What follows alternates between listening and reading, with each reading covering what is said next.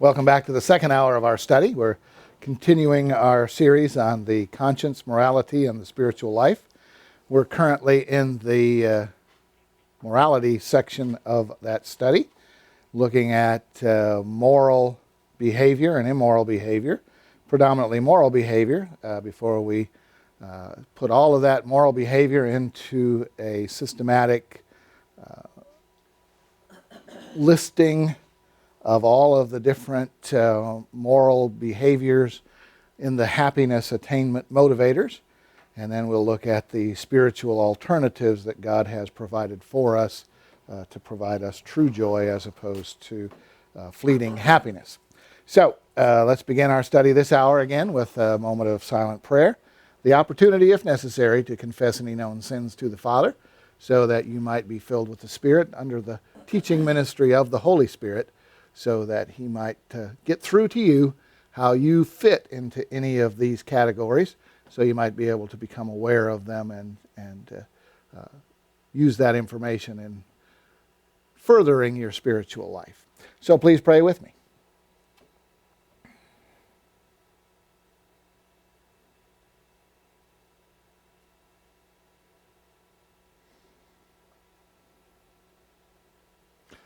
Father, this hour, as we look at the 8-type strategy of the Enneagram, the strategy of religion and power, we ask that you show us how we function in those areas and aspects of our lives, so that we might understand that it is a human approach, not your approach. We thank you that you have given us the alternative so that we might enjoy the righteousness, peace, and joy of the spiritual life. We thank you in Jesus' name. Amen.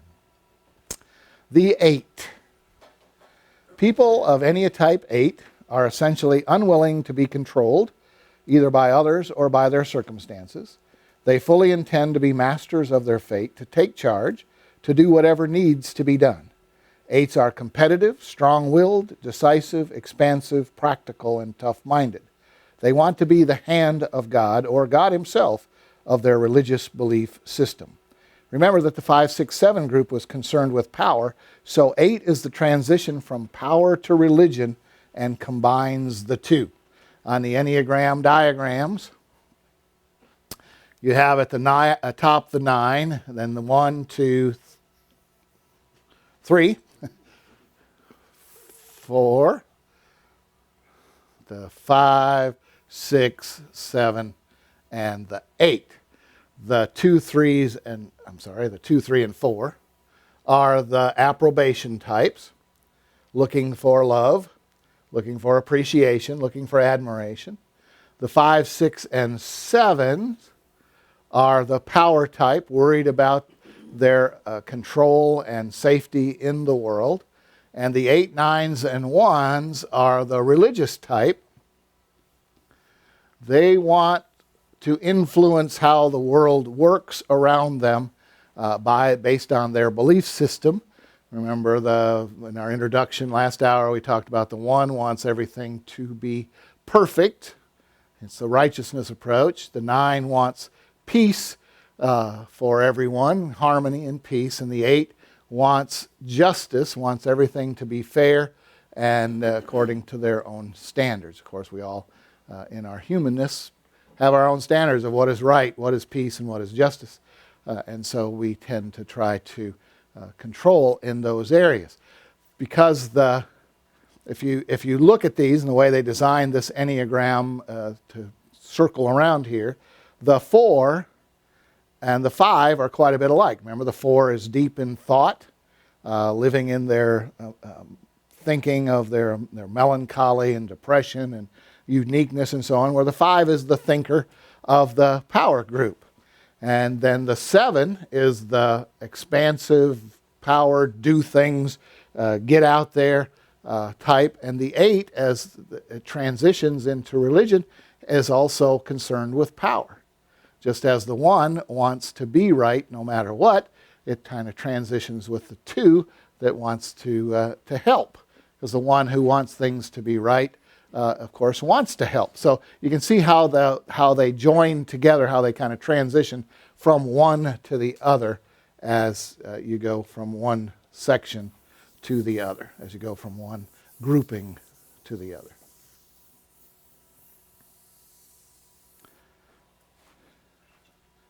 So the 8 is sometimes called the knight on the white horse, sometimes called the challenger. There are different names that are given to the 8 to express their roles. Type 8 exemplifies the desire to be independent and to take care of oneself. 8s are assertive and passionate about life, meeting it head-on with self-confidence and strength. They have learned to stand up for themselves and have a resourceful, can-do attitude. Nothing can stop them. They are determined to be self-reliant and free to pursue their own destiny. Thus, 8s are natural leaders, honorable, authoritative, and decisive, with a solid, commanding presence. They take initiative and make things happen, protecting and providing for the people in their lives while empowering others to stand on their own. That's their religious motivation. Protect and empower others. They embody solidity and courage, using their talents and vision to construct a better world for everyone, depending on the range of the influence. Most of all, 8s are people of vision and action. They can take what looks like a useless, broken down shell of a building and turn it into a beautiful home or office or hospital. Likewise, they see possibilities in people, and they like to offer incentives and challenges to bring out people's strengths. 8s agree with the saying, give a person a fish and they eat for a day, but teach them how to fish and they can feed themselves for life. 8s know this is true because they have often taught themselves how to fish. They are self-starters and enjoy constructive activity, building up themselves, others, and the world. 8s occasionally take on big challenges to see if they can pull off the impossible or turn a hopeless cause into a great success. But they generally do not do so unless they are fairly sure that the odds are on their side and that they will have the resources to pull off a long shot and make it look easy. Others look to them in times of crisis because they know that 8s are willing to make tough decisions and to take the heat if things go wrong. Honor is also important to 8s because their word is their bond. When they say, you have my word on this, they mean it. 8s want to be respected, and healthy 8s also extend respect to others, affirming the dignity of whomever they encounter. They react strongly when they see someone being taken advantage of or treated in a demeaning or degrading manner. They will step in and stop a fight to protect the weak or disadvantaged or to even the score for those who they feel have been wronged. Similarly, 8s would not hesitate to give up their own seat on the train to an old or sick person, but they would have to be dragged away bodily if anyone tried to make them give it up without their consent. Nothing much about 8s is half-hearted. They have powerful feelings and drives and often have a major impact on the people around them, for good or for ill. 8s are more intense and direct than most, and they expect others to meet these qualities as well. Indirectness of any kind drives them crazy, and they will keep pushing and raising their energy level until they feel that others have sufficiently responded to them. Many 8s have some kind of a dream for themselves and their inner circle, and being practical-minded people that they are, this often involves money-making projects, business ventures, philanthropy, and the like. They may start and run their own business or set someone else up in a situation or simply play the state lottery on a regular basis. This is the materialism aspect of that, everything being fixed. They want the materialism. They're the people who will plan who all they're going to help with their lottery winnings. Okay? Not all 8s have a lot of money, but most are looking for some kind of big break that would give them the independence, respect, and sense of power that they typically want. They can also be highly competitive, enjoying the challenges and risks of their own enterprises. They are hard-working, pragmatic, rugged individualists, and wheeler-dealers who are always thinking of a new angle and constantly have a new project underway. Less healthy 8s can become extremely controlling, self-important, confrontational, and highly territorial. They may respond to others by swaggering and being willful, bluffing, and throwing their weight around in various ways. Average 8s are full of bluster and bravado to get people to fall in line with their plans, desires, and although if they encounter resistance, they will try to control and dominate people more openly and aggressively. Whether they are running a multinational corporation or a family of 2, They want it understood that they are firmly and clearly in charge. 8s typically have an enormous amount of energy and frequently have powerful physical appetites. There is an unapologetically expansive quality to the physical presence of the type 8 personality. 8s generally don't have to announce their presence for others to know they are there. The central problem for individuals of any type 8 is that the need to avoid being controlled can manifest in the need to control and the need to be in charge, the compulsion to dominate. This can lead to all sorts of practical difficulties, as the world is not always liable to conform to the dictates of the 8's will, but the deeper problem for the 8 is that the need to avoid any semblance of being controlled can rob the 8 of the fluidity, receptivity, and acceptance that is generally necessary to live a full, balanced, and truly happy life. 8s often experience life as a struggle for existence in which only the fittest survive. Life thus dictates competition from the point of view of the 8, and 8s naturally intend to be the ones who survive. They typically adopt a survival strategy that involves either a rise to the top of the existing hierarchy or an opting out altogether of the current system and its structure of power. 8s of the former sort are typically found in positions of leadership, whether it be of their own family, company, or political party. 8s of the latter sort tend to be independent contractors, freelancers of all sorts, and even outlaws, those who, in other words, exist outside of the accepted framework of civil society and its often artificial system of rules and obligations. 8s know better about the rules. Their rules are better than the established rules. 8s of both basic tendencies need to feel financially independent, and while most 8s do manage to find some means of making peace with their society, they always retain an uneasy association with any hierarchical relationship which does not position the 8 at the top. While some 8s adopt something of the lone wolf persona, most 8s have quite a number of social connections, whether to family members, friends, or business connections. 8s are very much present in the world and are frequently extroverts. True intimacy, however, does not come easily or naturally to 8s.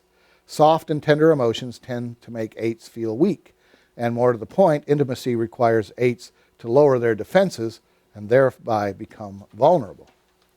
Vulnerability, in turn, triggers the 8's fear of being controlled.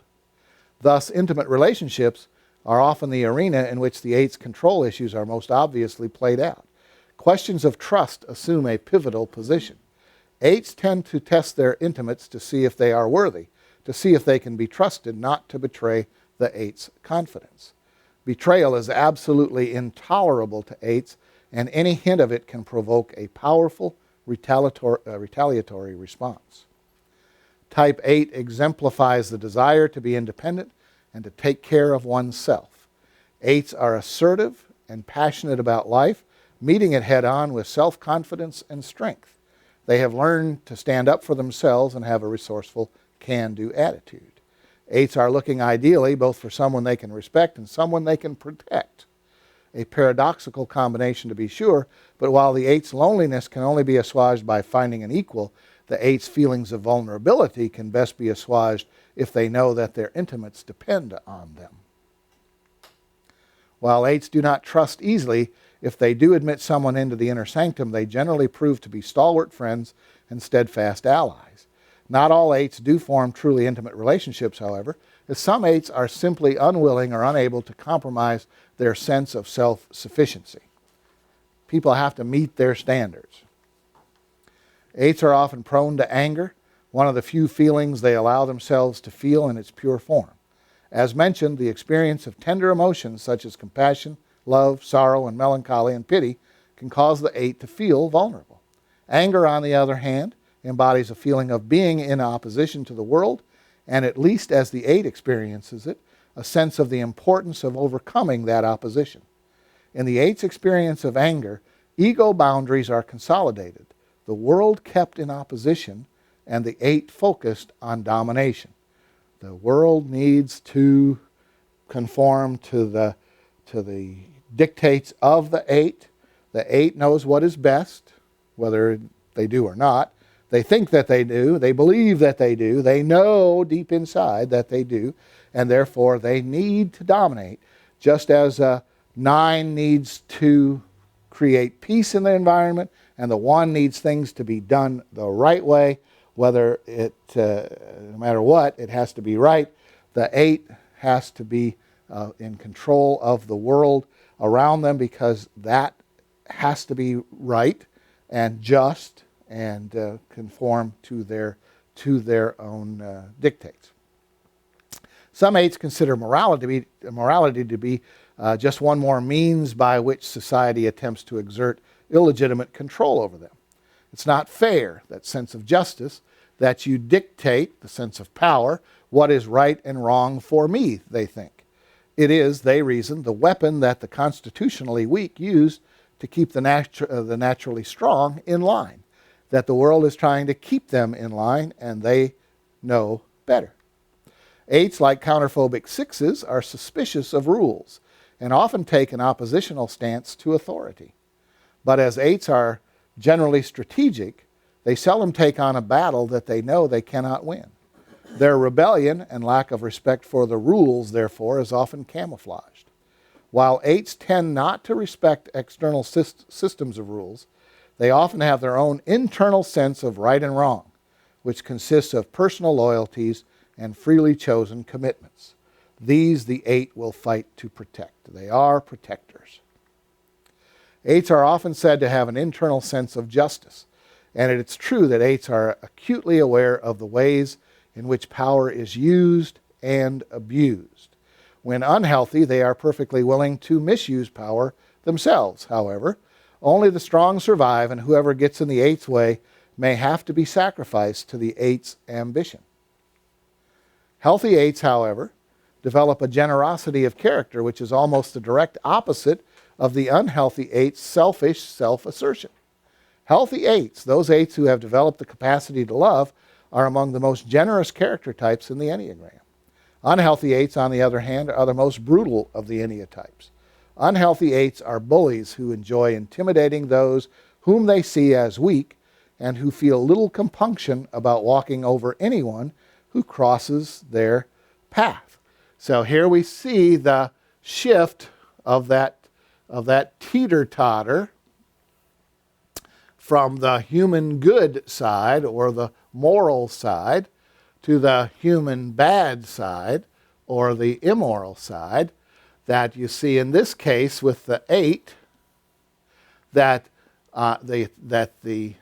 what we in the world consider in society to be the moral, human, good, healthy 8 are very, very generous. They're very, very generous, and they are very helpful.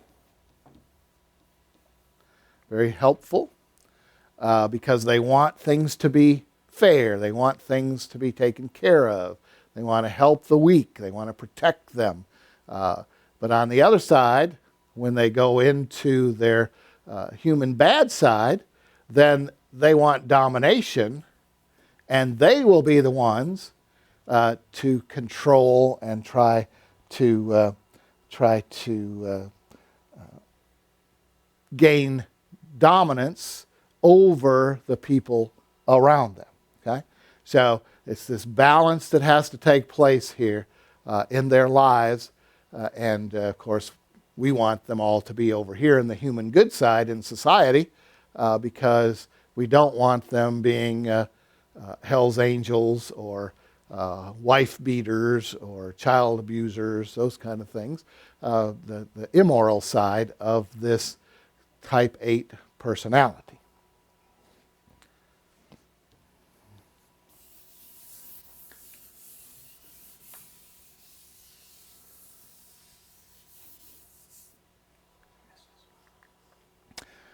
They can be crude, brutal, and dangerous,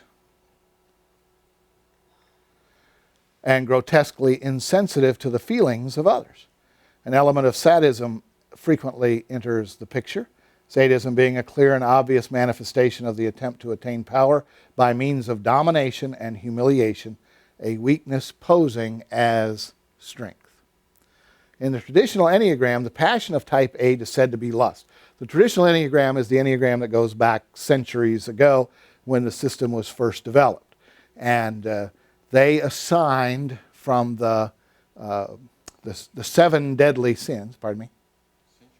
Yep, yeah. Some people say that the Enneagram goes back to the early church fathers, the desert fathers they call them, the Middle East church missionaries and pastors and so on. Others say it goes back to ancient China.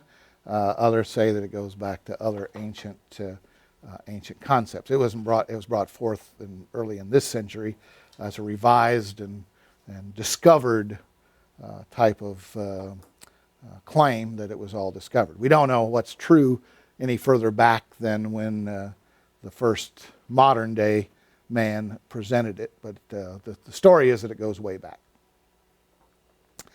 even to the first, second century time. In the traditional Enneagram, the passion of type 8 is said to be lust.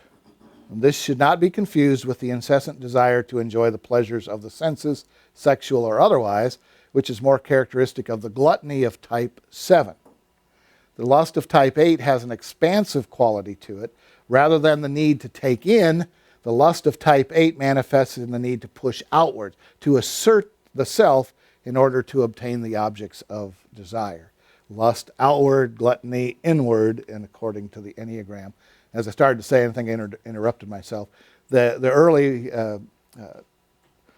teachings of the Enneagram took the 7 deadly sins and applied them, plus 2 more they added, to each of the types, so that's why this type 8 said lust, type 7 gluttony. I haven't put a lot into that in our previous studies because it seems to be a little more contrived and not really essential to understanding.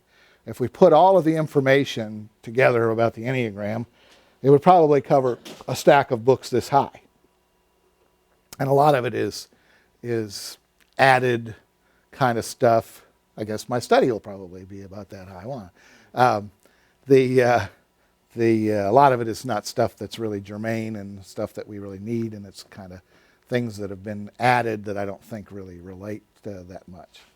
But it's that lust of the expansive quality. To attain the objects of the 8's desire, they have to go out and do things. Not in, but out. They have to do. As with the passions of all the Enneatypes, the term should not be read in its narrow or conventional sense, and the lust of type 8 need not manifest sexually. When it does, the 8 often finds it difficult to marry the often enormous desire for purely physical gratification with the more tender emotions of love and compassion, and herein lies one of the keys to understanding why the passion of type 8 might be considered a vice or a sin. Whether the passion of lust manifests sexually or not, it involves a quality of self-assertion, a tightening of the ego boundaries, a stance that is often oppositional between the 8 and the other person. What the 8 primarily desires is power sufficient to insulate the 8 from ever being vulnerable or weak. They want to control. They know what's right. Okay? 8s want to be God in that they want to control, omnipotence, if you will. The way to make things right is to make things right. You don't hope that things get right. You go out and do it to make things right. 8s with a 7 wing tend to be more expansive, extroverted, and openly aggressive than those with the 9 wing. They are more likely to be sensation seekers and are generally more overtly ambitious than those with the 9 wing. 8s with a 7 wing especially tend to relish the intensity of experience. If we go back again to the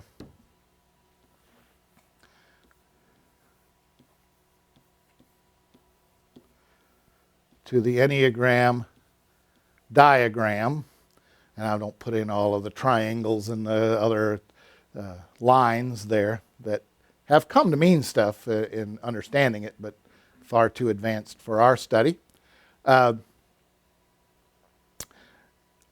whatever you are, you have two wings. Let's go with the 3 as the center of the approbation types. The 3 will have a 2 wing. So we know that essentially a 3 wants to be the epitome of success. And if they have a 2 wing, that epitome of success will be in helping people and being a helper kind of person. Remember, we know that the 4 is more of the unique type of person that wants to be appreciated for being unique. So if the 3 has a 4 wing, their area of being superior will be a successful artist who is completely different than anyone else. That their art is the new, the different kind of thing. And so these wings flavor the main type that we are. And as we took the tests, I'm sure that many of you found that you had a combination of the one that you were predominantly found to be in your test with one or the other on each side. Now, at times you'll go one way or go the other, but you generally have the tendency to be, let's say in this case, a 3 with a 4 wing. And sometimes you act more like a 2. You could possibly be a 3 with a 2 wing predominantly, but occasionally you go into 4. Now the lines of the Enneagram, and I'm not going to try to draw them all from memory, but there's a triangular shape in the center, and then there's all of these ways, and we've covered them and will with the 8, but not today. We won't have time to get into all of them today. But like the 1 will go to 4, okay, and they and have a relationship also with 7. Okay, so there's this triangular shape from whatever you are. So a 1 who wants everything to be perfect, wants everything to be done exactly the right way. When things aren't going their way, when they're unhappy, when they get depressed, they tend to act like a 4 with that unique, appreciate me for what I am, melancholy, depression kind of thing. But they also can go to the 7, the very, let's not even think about it. Let's just go ahead and do and have fun and have a great time and not even worry about what's right or wrong because it doesn't matter. That's when the 1 is frustrated that right and wrong isn't working in the world. So they'll tend to go that way. Well, you always have these different ways that you go. And we'll cover a little bit of that here as we look at these relationships and mistyping, how you can think that the person who is an 8 might look like something else. Okay? Well, we'll cover all of those as we go through. We just, like I said, won't get to the 8 today because there's too much other stuff to cover today. So 8's with the 7 wing. Remember the 7. 7 is exhilaration, experience. Don't sit still. Okay, so an 8 with a 7 wing tend to be more expansive, extroverted, and openly aggressive because that's a combination of them. They are more likely to be sensation seekers and are generally more overtly ambitious than those with the 9 wing. Let's get it done. Let's get it done as an 8 with a 7 wing. 8s with a 7 wing especially tend to relish the intensity of the experience. Pardon me. Conversely, 8s with a 9 wing, the 9 is let's have peace, let's have harmony, let's not have any kind of conflict here. Conversely, 8s with a 9 wing hold more of their energy in reserve and exhibit more of a grounded, even stubborn quality. They are generally less obviously volatile than 8s with a 7 wing, but can slip just as radically into open aggression when pushed.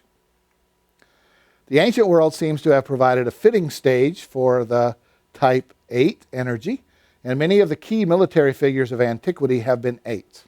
Alexander the Great was an 8. Julius Caesar was an 8. Hannibal was an 8. Attila the Hun was an 8.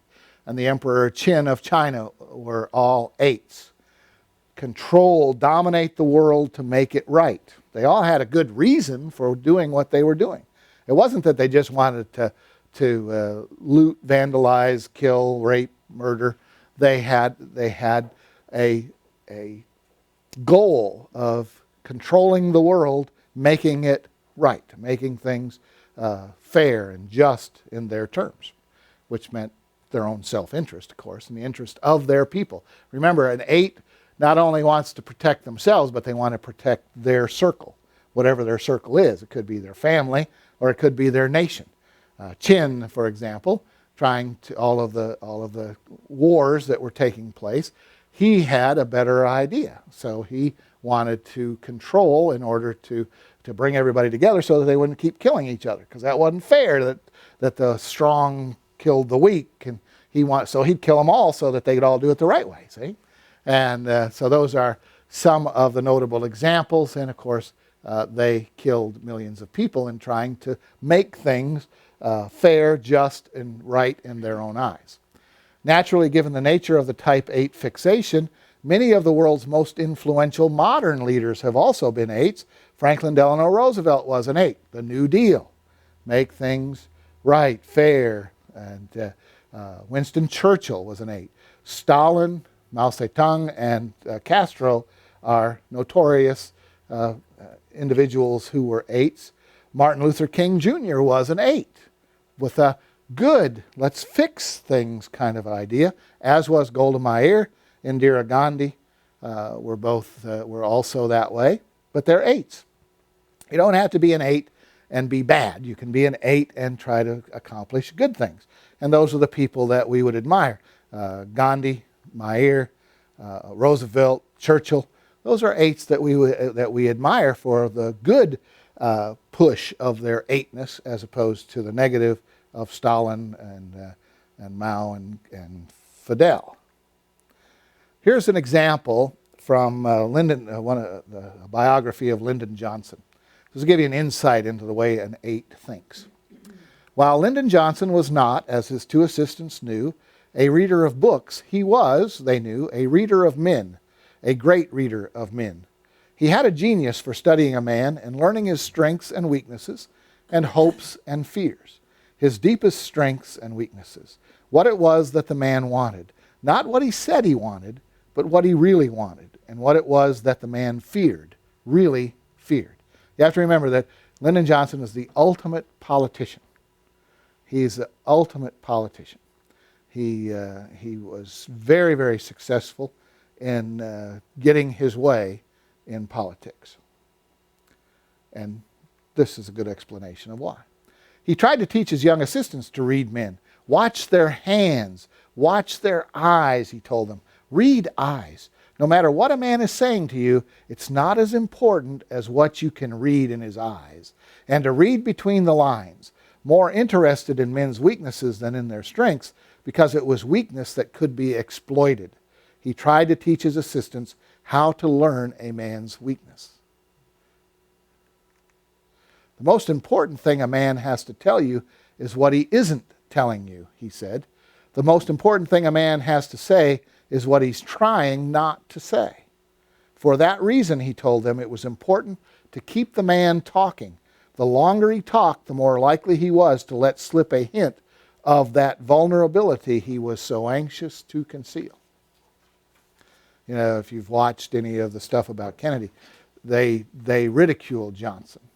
They thought he was a dumb man and that he was not astute. But he was very astute, and he hated the Kennedys deeply because of the fact that they treated him that way. Does not like to, remember, an 8 does not want to feel vulnerable, does not want to feel disrespected. They want to be known for their accomplishments, for their power and their belief system. That's why he wouldn't let a conversation end, Busby explains. If he saw the other fellow was trying not to say something, he wouldn't let the conversation, end until he got it out of him. And Lyndon Johnson himself read with a genius that couldn't be taught, with a gift that was so instinctive that a close observer of his reading habits, Robert G. Bobby Baker, calls it a sense. He seemed to sense each man's individual price and the commodity he preferred as coin. Very corrupt, Lyndon Johnson, they say, made his way up the ladder with corruption, with buying people, blackmailing people, doing all of this. He was very, very powerful driven as an 8. He read with a novelist's sensitivity, with an insight that was unerring, with an ability shocking in the depth of its penetration and perception, to look into a man's heart and know his innermost worries and desires. So that's a manipulative 8, an 8 who is looking to control people because of what he believes is right or wrong and that he has to dominate. And so this is an example. Here are some other 8s. General George Patton and George C. Scott, the actor who famously played him, were 8s. Other actors include Shelley Winters, Betty Davis, Charlton Heston, Frank Sinatra, Sidney Poitier, and John Wayne were all 8s. On the American scene more recently, 8s include Donald Rumsfeld, Dick Cheney, John McCain, and Ann Richards. So you can see the difference between Rumsfeld, Cheney, and McCain. You can see the difference, but they're 8s. They're 8s. John McCain, if you followed any of his recent campaign stuff, he's the one that sponsored the McCain-Kennedy immigration bill that we need to essentially declare amnesty for all of the illegal immigrants. Well, what's he saying now? He's down there on the border. I'm demanding that the president close the border. We've got to stop all of these illegal immigrants from coming into this country. Why? Because he sees power slipping away. And he knows from his experiences that he's been through as a politician, as a Vietnam War prisoner. He has this sense of what should be done, what is fair, who's the one that's argued against any form of torture for the enemy combatants of the terrorists. John McCain, a man who was tortured brutally, and we can say, well, because he was tortured, he knows how bad it feels. No, he thinks it's not fair to torture. It's not fair to torture. Not that it was so cruel and so insufferable to him, but that it's not fair. He has a religious sense, a belief system that says you cannot do that. That's not right. And so he wants to control that. So he'll do whatever he can to maintain power to try to enforce what he thinks is right and wrong. It's fair to make all of the illegal immigrants citizens and get what they need. It's fair, see? He's all about fairness and justice, but power is a big key there in keeping power. Most politicians are all about power motivation.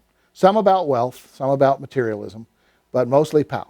If you want to get into politics, you probably have a power problem. Okay?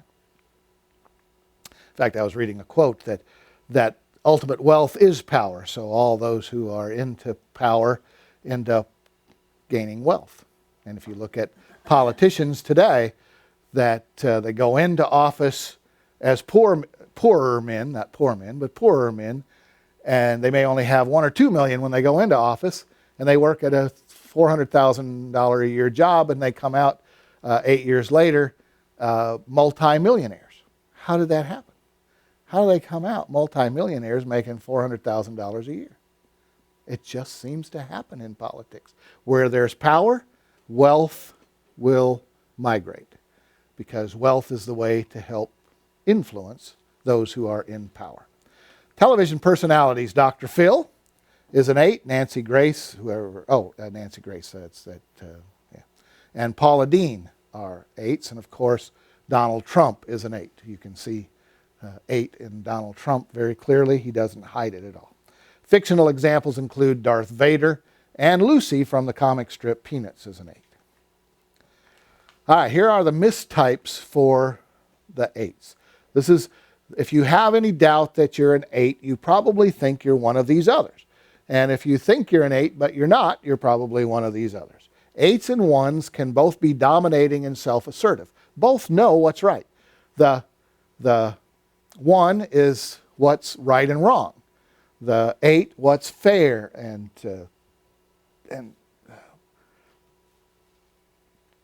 proper for everyone. Both are drawn to leadership roles. Why? Because we know what's right. So we should be in a position of leadership so we can encourage what's right. Typically it is the more passionate and visceral type 1 who is mistaken for the 8, Rudy Giuliani being a case in point, or Osama bin Laden. Osama bin Laden. They're both ones who look like 8s because they are passionate and visceral. But ones dominate in service to an ideal, are more rule-bound than is the 8, who is typically a law unto himself. The 1 is going to put a limit on what's right and wrong. The 8, they're a law unto themselves. The 2 and the 8, 2s are more likely to be mistyped as 8s than the converse, and even that mistype is likely to occur under just a very narrow set of circumstances. You know, remember the 8 wants fairness and to rescue people. Well, that looks like a 2 who is the helper. Okay? While it is true that 2s can be quite bossy, 2s are primarily emotionally centered, whereas the 8 repress the more tender emotions. The 8s won't show the loving emotions that the 2 will. 2s are needy. 8s are self-sufficient to a fault. 2s are manipulative. 8s are direct. They won't try to manipulate you.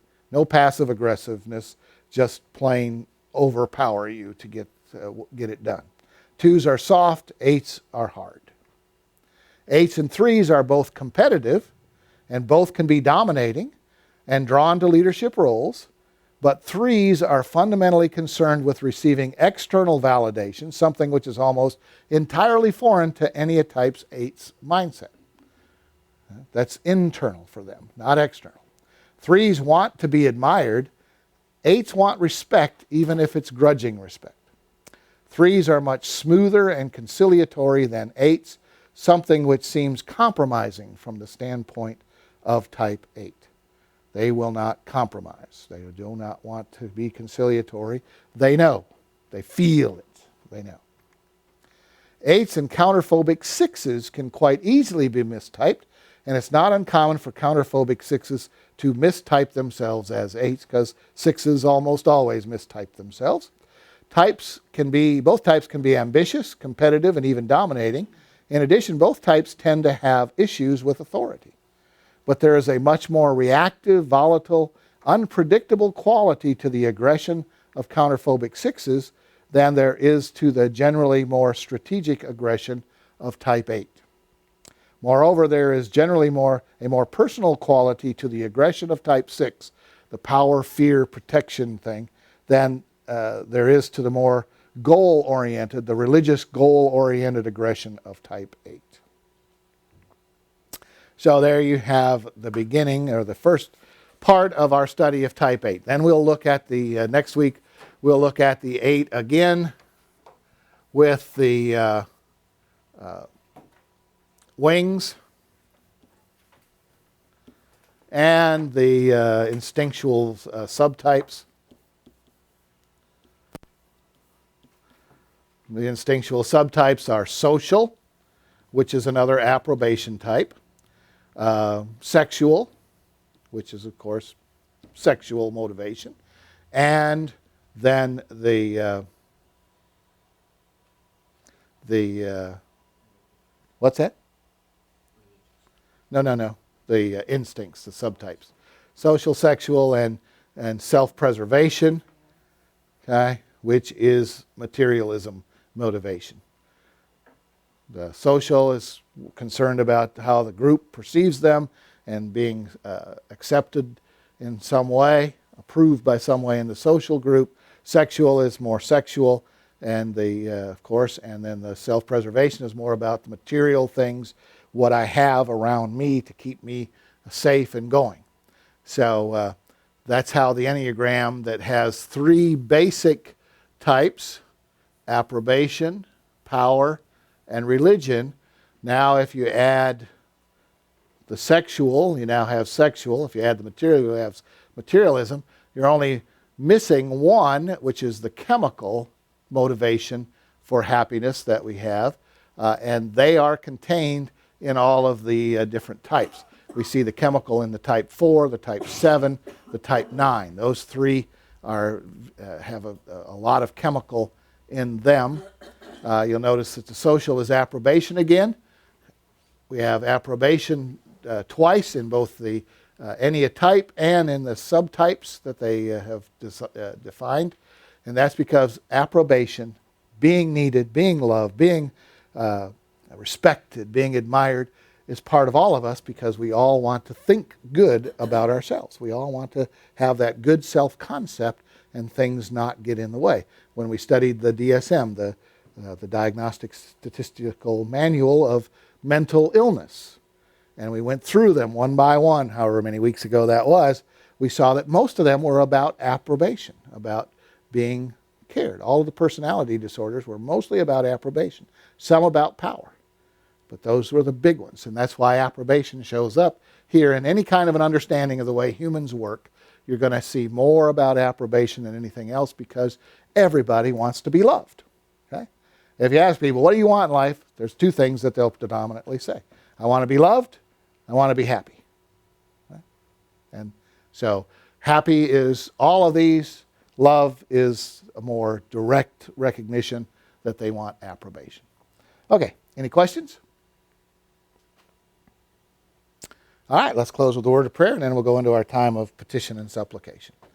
Father, we are grateful to understand ourselves better so that we might see where we need your work in our lives, where we need to be not so human, but to be purely spiritual in the approach to every situation that we find ourselves in, the way we relate to people, the way we relate to circumstances, the way we relate to stress and danger, so that we might fulfill your purpose in being your witness to those around us, that your way is the superior way.